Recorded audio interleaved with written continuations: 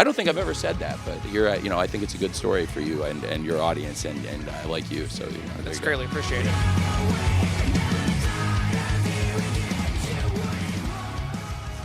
How are we doing, everybody? This is Case from Q101. We are back in the Q101 Lounge, a seat that has been sat in by many men over the last few months. Rocky Romero's been in here, Ricochet's been in here, Kyle Fletcher's been in here, and we are now bringing back the returning Tony Khan, the founder of AEW All Elite Wrestling. Tony, it's a pleasure to have you back. How are you, my friend? I'm very well. Thanks for having me, Case. I'm very excited about Wednesday Night Dynamite tonight here in Chicago, and it's great to be back with you, sir.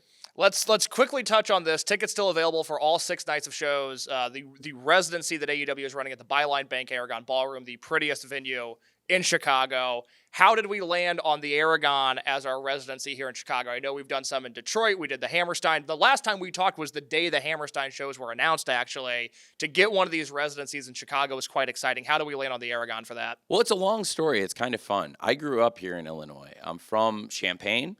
And I grew up spending a lot of my life coming up to Chicago. And also, when I was a very young kid, I traded tapes with my friend Todd, who lives here in Chicago, and he was from Palos Heights. And we were tape trading buddies in the 90s and through the early 2000s when I was a little kid. And I've known him since I was 12 years old. And he and I would play wrestling shows against each other, and we would draft all the wrestlers in the world and write our shows. My show that I wrote since I was 12 years old, 1995, down in Champaign, Illinois, on dial-up AOL, was called Dynamite. Originally, it was Saturday Night Dynamite, and I still have a lot of the shows from like 1995 and through junior high, high school, college. And my friend Todd would do all of his shows. His league was called the UWF, and he would do his show, which he called it Wrestling Weekly, out of the Aragon Ballroom. And I always thought that was cool. And now Todd works in my office at AEW and works in pro wrestling finally with me after all these years. And that was one of his ideas going back to the early 2000s that I thought was a great idea. And even, bringing the shows here for 3 weeks, it's pretty cool. Absolutely. And to do 6 episodes of AEW Dynamite Collision, 3 each across the next 3 weeks. It's a dream come true to be able to spend the summer here in Chicago. This is the best place to spend the summer. I'm excited about AEW being in Chicago all summer, and I'm really excited to have the wrestlers in town and have all the great fights, build more anticipation for the shows. I can't wait to come back the next time we're back for a pay-per-view. It may be sooner than you think. Okay. And I love being here in Chicago anytime I can be here, but especially when we can bring AEW here. Some of the first memories of AEW launching are here around Chicago, a lot of our best events. The original Revolution was not far from here in Chicago. Down the street. It's one of my favorite memories ever in pro wrestling. It's one of my favorite nights in the business. And right now, I think what's happening in AEW today is the very best the company's ever been. And it really feels like, to me, that momentum that we had going into that original Revolution, a lot of things changed. Weeks after Revolution 5 years ago, that's when the pandemic hit and wrestling and the whole world changed. And AEW was something that was there every week, week in, week out. And now I believe we're doing the best work we've ever done. We're coming off the best show we've ever done. And tonight, 7 p.m., Wednesday Night Dynamite, you can watch it on TBS, or you can stream it on HBO Max, or there's still some tickets. You can come see it in person at the Aragon Ballroom tonight. Also, we'll be at the Aragon Ballroom tomorrow. And if you can't make it tonight, watch the show on TBS tonight. Come to the ballroom tomorrow night for a big Thursday night of pro wrestling, because Collision is going to be awesome too. Of course. You mentioned there that you think AEW is doing the best work it's ever done.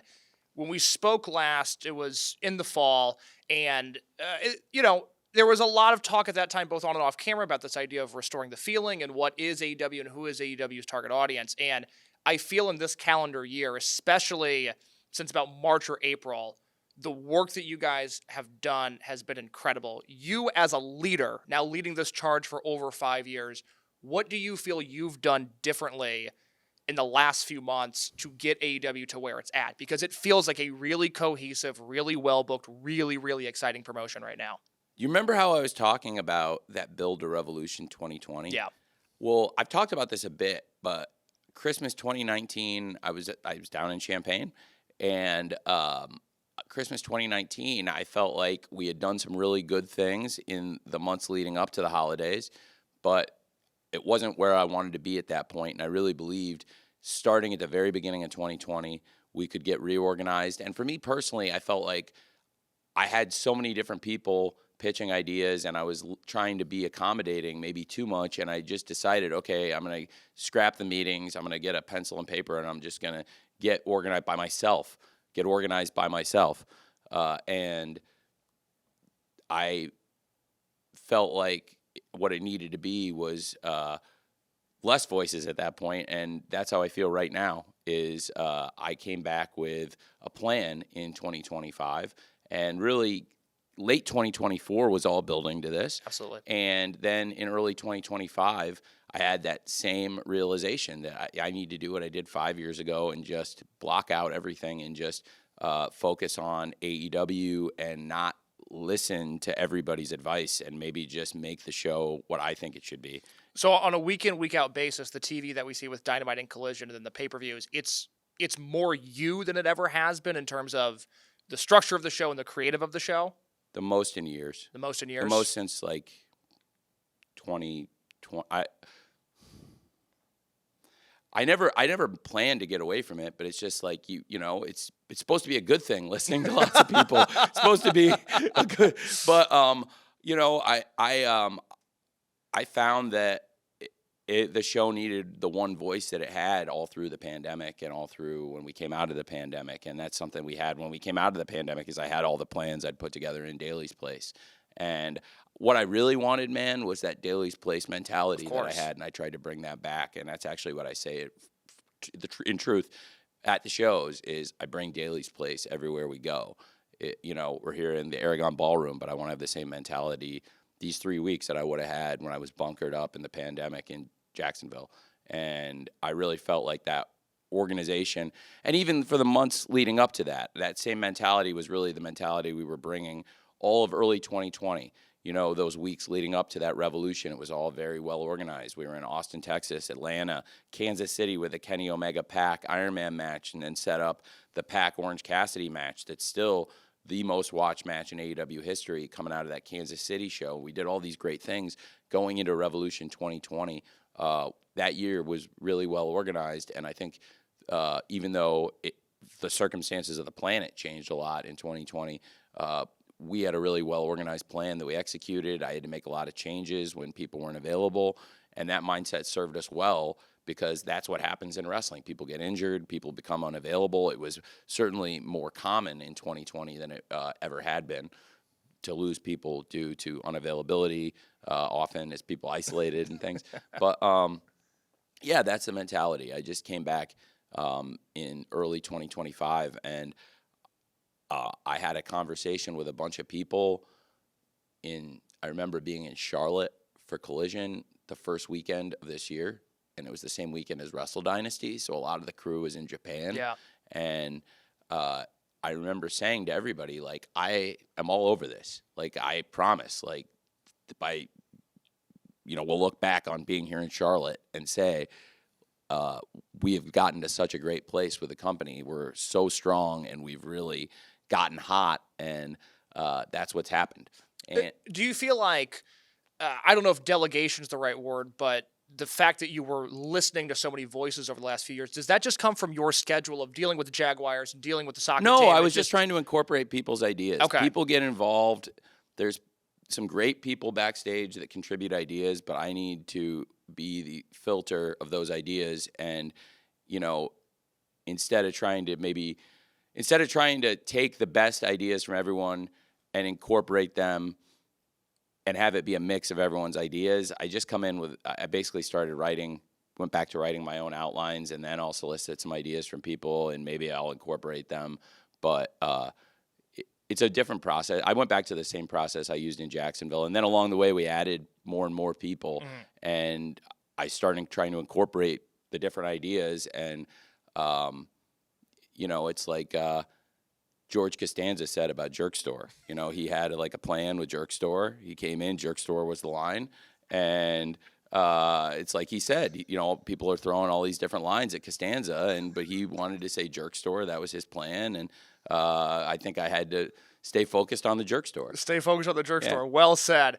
I think the wrestling world has taken note of the momentum that you guys had. Obviously, I want to talk about All In Texas, the tremendous success that was. Because you and I are talking, we're going to talk Grand Slam Mexico, because I don't feel like you've been asked enough about that show.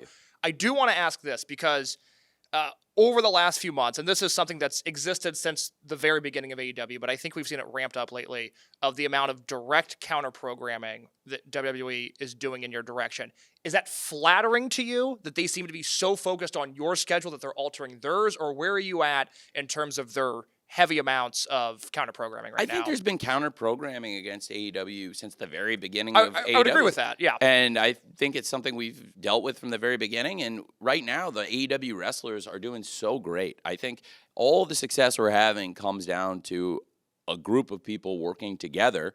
And I think the wrestlers are just absolutely fantastic. We have the best roster of wrestlers in the world. They're working so hard. They're working so well together. The positivity has really been universal from the fans, the staff, and the wrestlers. And those are the people it takes to put the show on. You've got these amazing wrestlers. We have this incredible staff that's been working so hard. We put on 4 live shows in a row last week, and it was just fantastic. And it culminated in AEW All In Texas, the best event we've ever done, top to bottom, our greatest show. I think one of our greatest success stories in a company that's had a lot of great success over the last 6 years. And right now, the company's in such a great place going into tonight's show, Wednesday Night Dynamite here in Chicago, 7 p.m. on TBS, or join us tonight at the Aragon Ballroom. But also a big part of our success this year has been consistent weekly TV with that Dynamite on Wednesdays, like tonight, and AEW Collision on TNT. We've got a great Collision show here in Chicago Thursday night. And you asked me about Grand Slam Mexico, and I'm very excited to talk to you about it. So that came about, and what's happening in AEW right now came about because of great teamwork. You've had Rocky Romero here on the set. I love working with Rocky. A few years ago, Rocky and I made inroads trying to build a relationship between AEW and CMLL, and it was almost 2 years ago I had my first Zoom with Salvador Lutheroff, my good friend now. Of course. And CMLL has become such a great partner to AEW, such a great part of the success we're having. And I really think that, first of all, I'm a fan of CMLL. I think that it's the greatest Lucha Libre promotion in the world. Certainly, I think it's one of the greatest promotions. It's the oldest wrestling promotion in the world. They have so much great talent. And the synergies to have AEW working with our partner right along the border in Mexico, geographically very well positioned, demographically very well positioned, and clearly able to make a very positive impact on our business when we collaborate on a project like Grand Slam Mexico, which to me was such a special event. It was such a special day in the wrestling business for me to be able to go to the Cathedral of Pro Wrestling, a place that so for anyone who doesn't know, I went to the University of Illinois, and I watched so much CMLL while I was in Champaign in college. So much. My parents had DirecTV. My parents lived 10 minutes from my dorm, and I would tape CMLL every week and pick up the tapes. I would read the Lucha blog, a man who lives here in Chicago, a guy by the name of the Cubs fan. Shout out to the Cubs fan. Cubs fan put on the Lucha blog, and that's how I learned a lot about the Lucha Libre. Also, the Death Valley Driver video review had of course great video posts. And the Dean show that you guys ran in Phoenix with the Cibernetico match. I mean, that's I don't know if you've been asked about that a ton, but you've helped collaborate with Action Wrestling to honor Dean from the old Death Valley Driver board, and it was a beautiful show, the first incarnation. The second one that you guys partnered with, the Cibernetico match, was incredible. How did all that come about? I like talking to you so much, Case, but you're such a smart wrestling fan. I feel like it's hard for me because we want to talk about so many things as we sit here. We go all over the place. We could do 2000s Noah, we could do 80s New Japan, but we're gonna focus on the now. We're gonna do Dean 2 real quick. And that came about through this partnership with CMLL in some ways being, but really. Phil Schneider and I had been talking for years, and I was able to bring some of the great Lucha Libre stars to do this tribute to Dean. I didn't know Dean personally very well. we were just talking about the Great Grand Slam Mexico event we put on with AEW Dynamite, and after that show was over, I was able to involve the great Blue Panther. Blue Panther was one of the great Lucha Libre legends that I learned about on the Death Valley Driver video review and the Lucha blog. And it was somebody that I know the late, great Dean Rasmussen was a big fan of. So I really wanted to have Blue Panther and a lot of the great CMLL stars and a lot of Dean Rasmussen's favorite wrestlers and a lot of Dean Rasmussen's friends' favorite wrestlers and get Dean Rasmussen's friends together and a lot of the Death Valley Driver guys who used to trade tapes and talk about wrestling tapes and DVDs together and do a tribute show to Dean. They had put on a tribute show to Dean called Action Dean, and I said, let's bring it to Double or Nothing. And we're actually going to have a Dean 3 at the 2300 Arena in Philadelphia coming up very soon. That'll be great.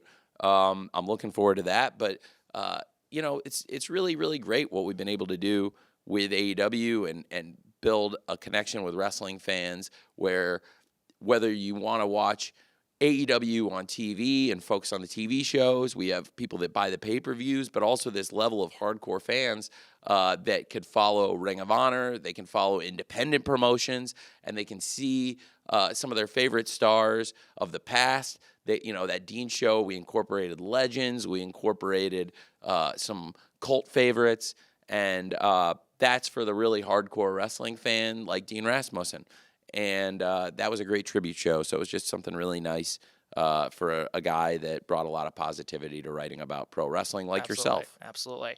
Grand Slam Mexico, I loved it from start to finish. I was so when you were here last time, you said offhandedly, I'd love to run a show in Arena Mexico. And I thought, well, let's put that in the back of my mind. That'd be so cool if that happened one day. And then Rocky Romero's here right before the announcement, and he said, stay tuned. I think we've got something big coming. And then sure enough, you guys delivered this big announcement and this great show.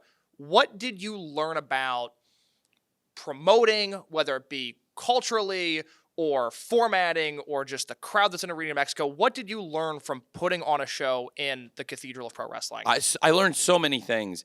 One of the big takeaways that was fascinating to me, I was expecting the fans would be very familiar with AEW. They're great wrestling fans in CMLL and great wrestling fans, particularly there at Arena Mexico. And I was impressed how familiar they were top to bottom with the AEW roster. Yeah. We could talk about this person in a second because I have great things to say about him. When Adam Cole, at the time the TNT champion, came out for his match, the crowd knew the entrance. They did the boom, the bay. They knew all of his visual cues. And it wasn't like Adam Cole's been down in Arena Mexico and CMLL a lot. It was really impressive. To see how familiar they were with Adam Cole, just as an example. All the AEW stars, they knew the chants, the cheers, and they also had a great appreciation for their hometown heroes like the legendary Mystico. So I expected them to be very excited about the CMLL stars, and I knew they would know the top AEW stars. A lot of the top AEW stars have gone and done excursions or done visits to CMLL, and what was amazing to me was they clearly watched the AEW TV very closely, and I expected that to some extent, but it seemed like they were just such loyal fans, not only to CMLL, but also to AEW, which was awesome. I think it helped having Hangman start the show with the promo in Spanish, which who knew he was fluent in Spanish? What a surprise that was. Incredible. Yeah. But it seemed like it was a sign of respect that this partnership, which I enjoy so much between AEW and CMLL, is one of respect. And that was a great idea by Hangman. Was that Hangman's idea? That was absolutely. He came and said he wanted to do that. And I'm absolutely trying to solicit a lot of great ideas. But instead of when you asked me about how it was, I'm still really collaborative with the top wrestlers, still collaborative with a lot of people in soliciting ideas. That's a great example where Hangman came in with something really great. So we have this great team of wrestlers, and when AEW's been at its very best, I'm in sync with them and taking the best of their ideas, and we're all collaborating together. And I guess when you asked me before about what's different, I'm more hands-on directly with them myself and kind of calling plays as the play caller and not leading a committee of play callers. Yeah. And if that makes sense when you ask me It about does. the cohesiveness, and that's like what was happening in all through 2020, 2021. And as I hired more people, and they're great people, I think I needed really, what's the word I'm looking for? In the weeds is the one that In had the been weeds, there you attributed to me. go. But I've been very, very in the weeds in 2025 in a very good way, and it's been very positive, I think. But it wouldn't be possible without the greatest group of wrestlers in the world, the greatest fans, whether we're in America, Mexico, Australia. That's right. The fans were fantastic. That's a show that I don't think gets talked about enough. I think Grand Slam Australia was a huge success, and on top to bottom, one of our best TV shows ever. I think maybe the best episode we've ever done of Collision, and one of the top 5 AEW TV shows ever, I believe. It would seem like your television partner continues to like the results they're getting out of pairing Collision after live sporting events. And I know there's a tendency for some people when the hourly graph comes out of the rating that they see a line going down and they go, oh, it must have been bad, but they're not factoring in the context of some of those shows are airing in the middle of the night by the time that they're over. Oh, that show did incredibly well. It started very late, and it was amazing how well it held up. And some of those shows, when they start after big sporting events, you'll see when there's a really exciting segment, it picks up, and very late at night. So, no, those have been great. Some of those shows coming out of the major sporting events, whether it's been March Madness is a great example, college football playoff, and a lot of big games where we've gotten those lead-ins. So you're totally right about that. That's a great point. Those are very fun shows. Absolutely. And with Wednesday Night Dynamite, we've got that consistent tune-in audience that comes in every Wednesday. For Collision, we've really built something very steady, and the show's done really, really well. And what's exciting for AEW is the growth we've had. You know, that's part of the success story. It's the numbers. We started streaming the show on HBO Max this year and brought in a whole new audience, and we've connected with fans that either had not watched the show on cable, or in some cases, maybe over the last 6 years had cut the cord and didn't have access anymore to TBS on Wednesdays and TNT on the weekends. So in addition to the fans that we added in 2025 on HBO Max, our cable audience has grown too, even as we've added more ways to watch the show. Absolutely. And in Q1, we're up on Wednesdays on TBS and on Saturdays on TNT. And then in Q2, again, Dynamite and Collision grew. So that's really, really exciting for us. Multiple quarters in a row to see that growth stepping up on cable, when it's very exciting for the cable industry to have some success stories right now, and great to see. But we're very fortunate to have the media partner we have. It's the lifeblood of AEW. We have Warner Brothers Discovery. You know, TBS and TNT have such a rich history of pro wrestling. TBS has been showing pro wrestling dating back to the 1970s, and TNT to the 1990s. And now this year, Wednesday Night Dynamite became the longest running primetime pro wrestling show in the history of Turner Sports. Congratulations. Which, again, thank you, dates back to 1971, and a lot of great shows. Wednesday Night Dynamite set that milestone. We just hit over 300 episodes, and we also just went over 100 episodes of AEW Collision. That's right. And it's really exciting now to be able to bring both shows here for several weeks to Chicago, again at the Aragon Ballroom. Tickets are on sale for tonight and tomorrow night for Wednesday Night Dynamite and AEW Collision. You can watch the shows on TBS, TNT, HBO Max, or come see us in person. But it's really cool to bring Dynamite here and Collision, which started here in Chicago in the first place, and to be here for weeks.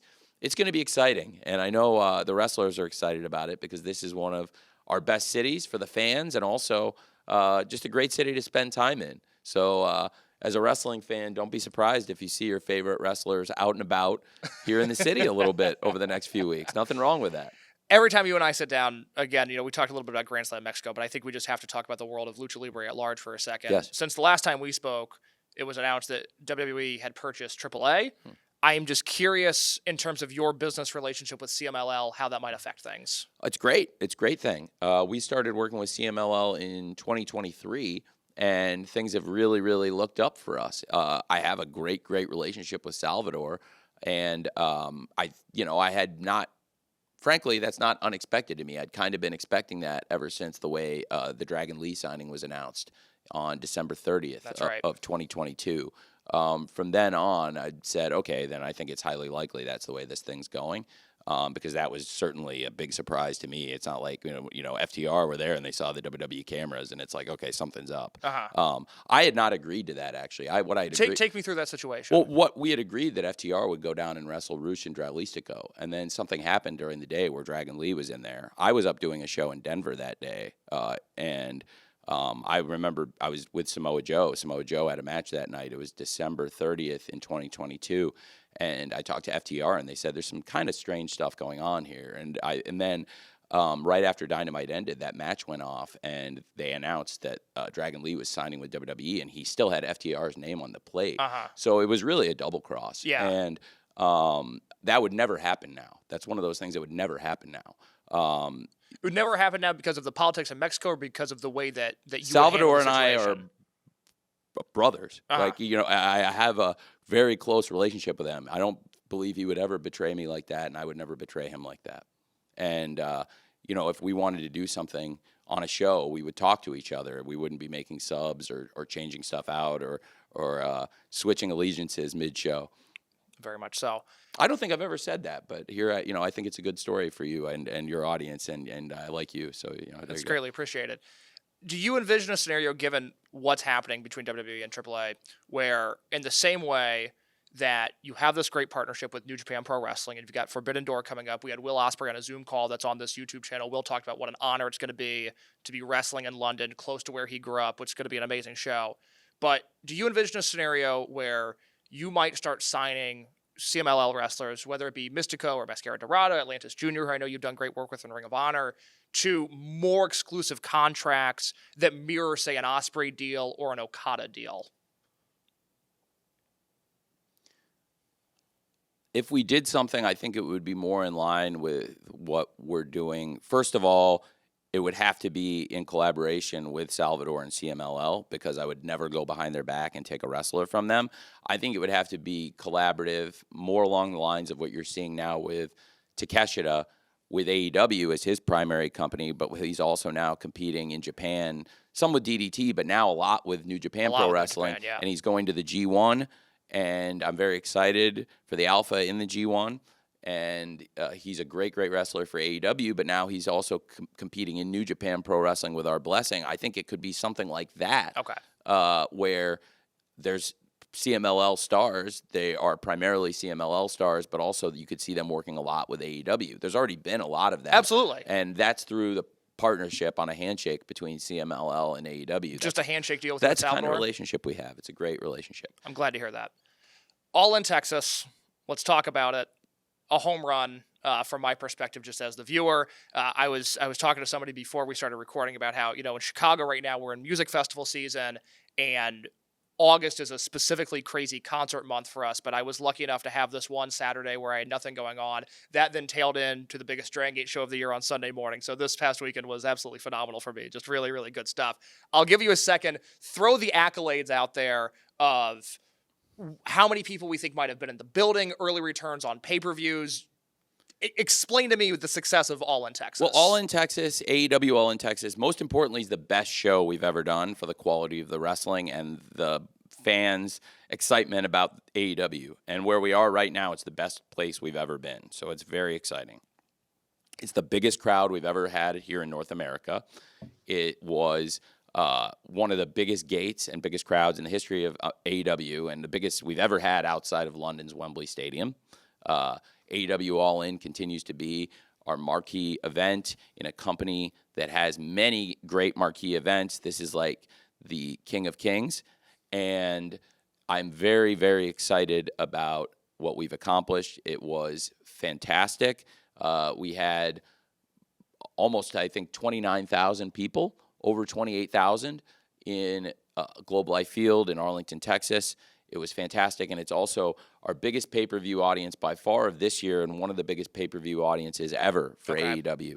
I expect it to be in line with our very top shows ever, and so far, I don't have the cable and satellite numbers yet, but what I've got is digital. We had by far our best week ever on Amazon Prime. We started doing Amazon Prime this year, and Amazon pay-per-view sales were through the roof. They had a great promotion, which was a big success. But thanks to them, Amazon gave a $10 rebate to people that ordered on Amazon Prime. I took advantage of it. You look like a man who took advantage of that. And he's smiling. So you seem very satisfied with it. That's great. It was a great promotion, and it was very successful. So our Amazon sales were through the roof, and I expect the cable and satellite will be. So AEW All In terms of a live event, a pay-per-view, it was our big success story, but also just the best wrestling show we could have put on. I got the highest praise from my friend Todd, also I mentioned earlier, the person who first coined the idea in my world of doing weekly shows week to week to week in the Aragon Brawl Room. And he said he thought it was the best wrestling show he's seen in terms of having a big event where and this is talking about the competition, but also going back, frankly, to 1987, before I was 4 years old at the time. I had not seen wrestling yet. I was a couple years away from becoming a fan when I was 7. But he was watching. He's about 5 years older than me, and this was his big childhood event. So it's maybe why he also holds it in a lot of esteem, but I give it a lot of credit because it was a major event where the story's all built. He said he thought it was the best show in terms of every match feeling like a great payoff, but also top to bottom, maybe the quality of the wrestling is different because it was the wrestling business was very different. Then he said he thought it was the best payoff of all the stories since 1987 WrestleMania 3. Incredible. And I was like, wow, especially knowing him, I was like, that's the highest praise from him. So, but I thought that was like, that's really cool. That's high praise from somebody that's watched all the wrestling, going back to 1987. Yeah, absolutely. All in Texas, great show, a very long show. Can you walk me through the philosophy of pacing these pay-per-views? Do you ever worry, I think between the pre-show and then by the time Hangman finally left the ring, we were in for almost 8 hours of wrestling, which was enjoyable, but it is a long time. What's your philosophy on these pay-per-view lengths? Well, in this case, that was something very different. We started the show during the day with a plan to do a different show than we had done. It was like a wrestling festival. Speaking of great festivals, Lollapalooza here in Chicago. Long days. Long day. And you go to a music festival and you're there. And it's different, too, because you're standing and walking around all day. And you love it. And you start during the day and you're there for 12 hours standing and rocking. And it's not like people have less excitement at the end of the day when the headliners are playing. So to me, that's my philosophy. But also, it's different when the show starts at night and you pace it as a night show. I wouldn't run a show that long if it started at night and ran through the night. That makes sense, yeah. And it was a day show. It was an epic thing. To me, akin to the very best Wrestle Kingdom shows, you had this long show, and I loved the pacing of it. It's my favorite show we've ever done. And now in the digital era also, it's more easy than ever to consume the show however you want to and have all that great content. So it was my favorite show. Certainly as a music festival guy, I think that it's great to start during the day and have this day-long festival of pro wrestling with all the best wrestlers and all these great stories and rivalries paying off on the biggest stage of the year and our biggest event we've ever done in this continent and on our home continent, truly our biggest event ever. So it was my favorite thing we've ever done. I loved it. And you know what's pretty cool? Speaking of being here in Chicago, music festivals, and this residency with AEW the next 3 weeks, starting tonight with Wednesday Night Dynamite live on TBS and HBO Max, starting tonight here 3 weeks in the Aragon Brawl Room. I believe right after the residency ends is the start of Lollapalooza. It is. Yes, that Thursday, that last show you guys tape will coincide with the beginning of Lollapalooza. It'll work out great. The city will be buzzing. The Aragon will be packed. It'll be fantastic. I will get you out of here in just a second, but we do have to talk about Hangman Page real quick, your brand new World Heavyweight Champion. When did you realize Hangman was going to be the guy that was going to defeat Jon Moxley for the World Heavyweight title? A long time ago. A long time ago. Certainly, for a long time, All In has been building to be the culmination of everything that's happened in the past year since All In technically was 11 months. Mm-hmm. And when we saw Bryan Danielson win the AEW World Championship, and then surprisingly here in Chicago, Jon Moxley betrayed him, setting up their match, and Jon Moxley taking out Bryan Danielson, putting him out of the sport for the past almost a full year. And Jon Moxley reigned reigned with the championship for about 9 months. And across pro wrestling, Jon Moxley was absolutely a dominant world champion, beat down every challenger he faced. And along the way, certainly Hangman Page had stood very tall against him. Hangman Page had been involved in a rivalry with Jay White, who's been out injured. Jay White's somebody who's really important to AEW, who we hope gets well soon, who certainly is a big part of our plans also. And that certainly did change things in AEW in a major way when Jay White gets injured. So things happened along the way that changed the flow. But certainly Hangman Page. Hangman was always the guy. I don't have to answer that. But I do think that Hangman Page has stepped up in the past year and clearly was the right choice. And also, that's what's great about pro wrestling is the stories flow, the fans help you see what the right choices are. And for me, there's no question Hangman Page was the man to step up and fight Jon Moxley, who had beaten down AEW's locker room and successfully had done what he said he was going to do, make AEW better. Jon Moxley did that. Jon Moxley, who won his first AEW championship right here in Chicago at the original Revolution, he's a very different Jon Moxley this time. He's been the most dominant world champion in AEW's history. He's the most decorated champion ever in AEW. He's the only man ever to hold the AEW World Championship, the WWE World Championship, and the IWGP World Championship, which he also won here in Chicago. And Mox, to me, succeeded with what he was trying to do. First of all, Jon Moxley is one of the greatest wrestlers in the world. Coming out of AEW All in Texas, I believe Jon Moxley is more appreciated and recognized for what he's accomplished than ever before, and certainly any time in the past year. And people will now credit Jon Moxley with doing exactly what he said he was going to do in AEW and in pro wrestling, which was unite AEW's fan base and force somebody to step up and fight him, and he did. And clearly Hangman Page was the man to do it. What an amazing final at Double or Nothing. Hangman Page versus Will Ospreay. My favorite match of the year, I think. One of the greatest wrestling matches I've seen, certainly one of the great moments in AEW, was to have the Owen Hart Foundation final where you had two great candidates, and Will Ospreay said if and when Hangman was the winner, he would support him along the way, and he lived up to his word. And Will Ospreay was one of the people who helped Hangman fight off the Death Riders along the way and fight off the Young Bucks along the way. And what a great match, by the way, Will Ospreay and Swerve Strickland versus the Young Bucks. As Swerve Strickland also, we didn't know what to expect from him, That's but right. He was there. And that's one of the most fascinating things to watch in pro wrestling. And the fans are going to see the top stars. I promise. You're going to see the top stars. And a lot of them are going to be in action, too. You'll have great matches and a lot to look forward to tonight on Wednesday Night Dynamite on TBS, HBO Max, or limited tickets. Come join us. I think it's standing room only tonight, but there's great tickets available for tomorrow also on Thursday night for Collision in Chicago. You're going to want to come. AEW is the best we've ever been right now, so that's why it's the perfect time to bring AEW and our TV shows back here to Chicago. The great thing also is if you're attending shows starting next week, the Lawrence Red Line stop that is right outside the Aragon, that's been under construction for 4 years, will finally be open. So if you're taking public transportation, it will be easier than ever to get to the Aragon Ballroom. Tony Khan, I've taken up enough of your time. No, thank you so much. It is really a great pleasure. I would stay and talk wrestling with you all day, Case. This is the best thing I get to do all day. Thank you, man. Thank you, Tony. I'll see you tonight at Wednesday Night Dynamite.